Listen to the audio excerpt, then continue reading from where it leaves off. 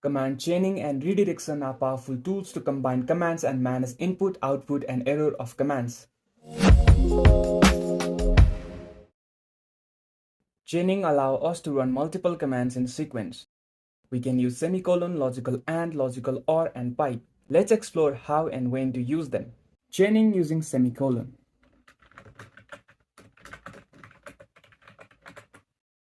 We can execute multiple commands sequentially, irrespective of whether the previous command fails or succeeds. First, we traverse to new directory and view the content of new.txt file.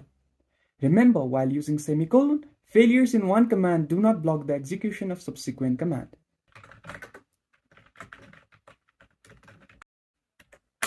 If when the first command failed, our second command was executed. Chaining using logical AND. When chaining with logical AND, next command is executed only if the previous command succeeds. First, we created new, traversed to new, and printed the current working directory. Remember, failures in one command blocks the execution of subsequent commands.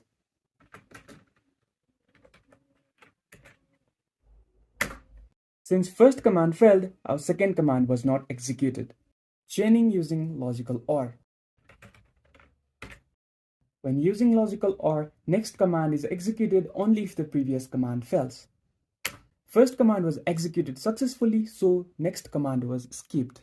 Remember, if first command fails, second will be executed. If second fails, third will be executed, and so on. Chaining using pipe.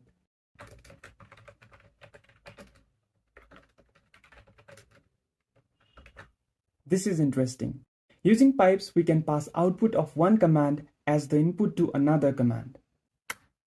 Here, we pass the output of this command as input to this command. Using logical NOT. We can negate the exit status of command using logical NOT. First command failed and second command was not executed. Even the first command failed, second command was executed. This is because we reversed the exit status of first command. Remember to put a space here. Redirection refers to the process of controlling how input, output, and error messages of the command are sent. We can use file descriptors for respective redirection.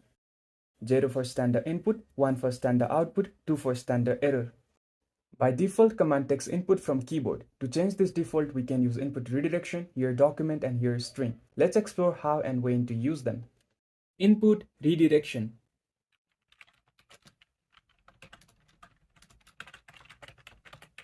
We can pass input to a command from a file. We pass the input to sort command from month.txt file. Here document. This allows us to provide multiple line input to a command until a specified delimiter is reached. EOF is our delimiter. Now I can type multiple line inputs. Line 1, line 2. This is our delimiter to signify the input is complete. We successfully provided input to cat command using here document. Here string.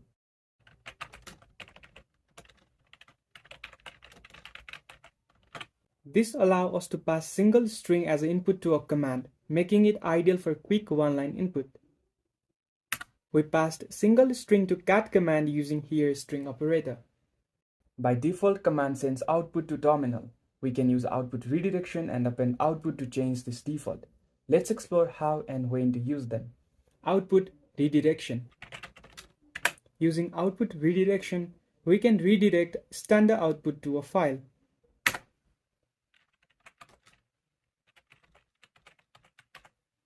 Remember, if the file already exists, it overrides the file.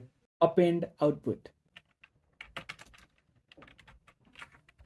We can redirect standard output to a file, but this operator appends the output to the file if it already exists instead of overwriting.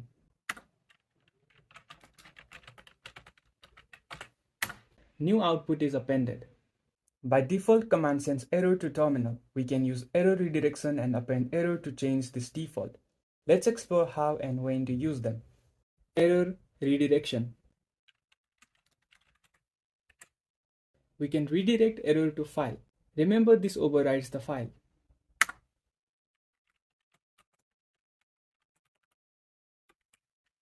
error of the command was sent to the file. Append error.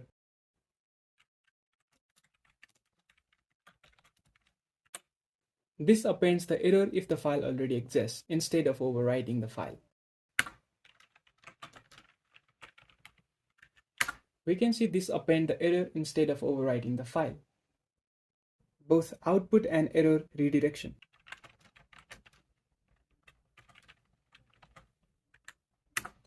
Like this, we can redirect both error and output to same file.